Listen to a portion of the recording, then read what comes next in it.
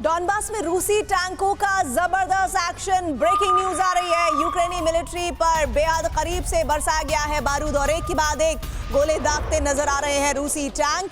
और रूसी रक्षा मंत्रालय ने यह वीडियो जारी किया है जिसके जरिए यह विध्वंस इस वक्त किस तरह से बहुत तेजी से आगे बढ़ रहा है इसकी तस्दीक होती इन तस्वीरों में नजर आ रही है।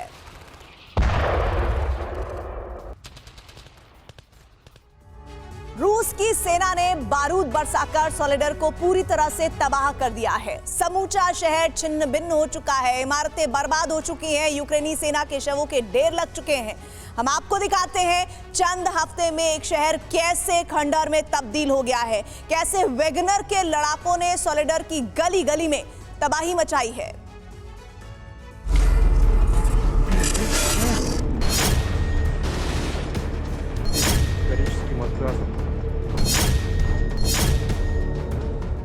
क्या लिखे इस बर्बादी के बारे में?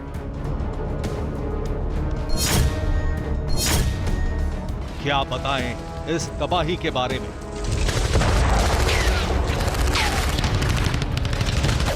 क्या क्या दिखाएं बारूदी त्रासदी के बाद की इस तस्वीर में?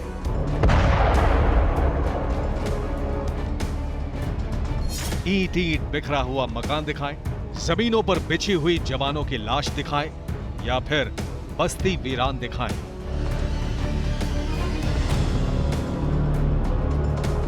क्योंकि सोलेडर नाम के छोटे से इस शहर में इंच इंच पर विनाश के स्याह निशान हैं।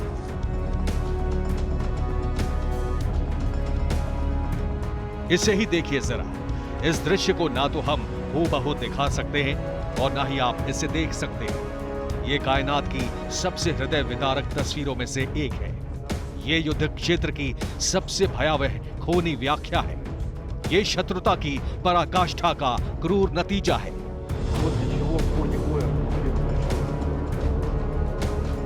वर्दीधारियों के बेजान जिस्म गिरे पड़े हैं सूखे हुए पत्तों की तरह। किसी के हाथ में यूं बंदूक पड़ी हुई है, किसी के माथे पर हेलमेट लगा हुआ है, तो किसी का हेलमेट बिखरा पड़ा है उनके पैरों के पास। बताइए क्या क्या दिखाएं इन लाशों के ढेर में? ऐसा लग रहा है जैसे एक धमाका हुआ और सब कुछ छिन्न भिन्न हो गया।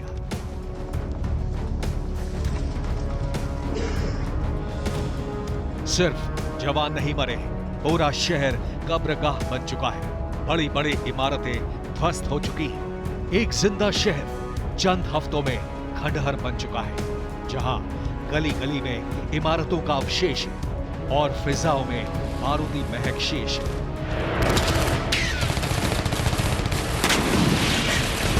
बेहिसाब बारूदी बौछार के बाद ध्वस्त हुए शहर की आसमानी तस्वीरें आई हैं।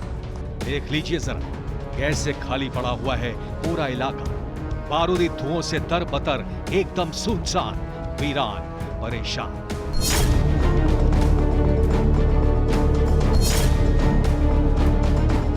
बिखरे पड़े मकान, उसके नीचे गिरे हुए वर्दीधारी, और इस तबाही के बीच बचे हुए यूक्रेनी फौजी भाग रहे हैं, किसी तरह जान बचाने की कोशिश कर रहे हैं।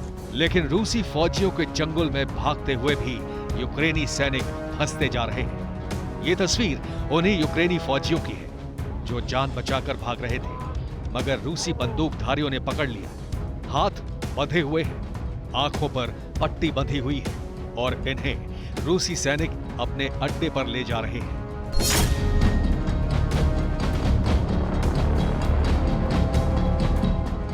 सोलेडर को घेरकर तबाह किया है पुतिन के भेजे हुए लड़ाकों ने।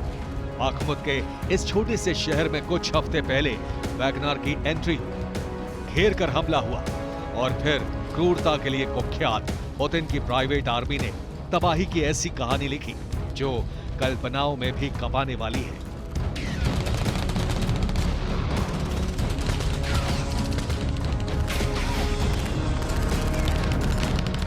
रूस का दावा है कि सोलेडर अब पूरी तरह से उसकी मुट्ठी में है।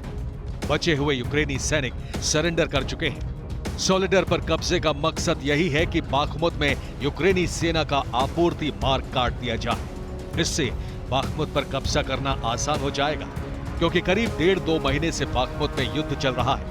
रूसी फौज आक्रामक थी, मगर अचानक ही उसे बैकफुट पर आना पड़ा। लेकिन सॉलिडर पर कब्जे के बाद ये रूसी फौज के लिए बाखमुत की सीढ़ी बन जाएगा।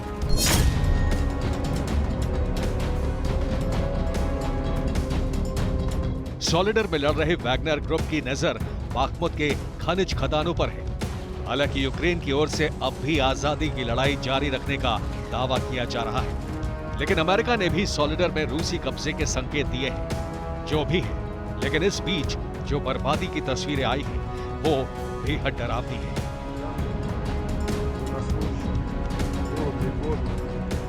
सॉलिडर में सैनिक संघार के बीच खबर यह भी है कि रूसी फौज और वैगनर ग्रुप में दरारें आ गई हैं। सॉलिडर में जीत को लेकर रूसी सेना और वैगनर ग्रुप के बीच क्रेडिट लेने की होड़ मची हुई है। वैगनर ग्रुप के चीफ प्रिगोजिन ने सॉलिडर पर कब्जे का दावा किया है। जिस तरह निर्दयता के निशान पड़े हुए हैं, उससे साफ है कि सॉलिडर में वैगनर ने ही तबाही मचाई है। यूक्रेन का बूचा और मारियोपोल सरीखे शहर भी वैगनर के ऐसे ही अत्याचार से साक्षात्कार कर चुके हैं। Bureau report, TV9, Bharatvarsh.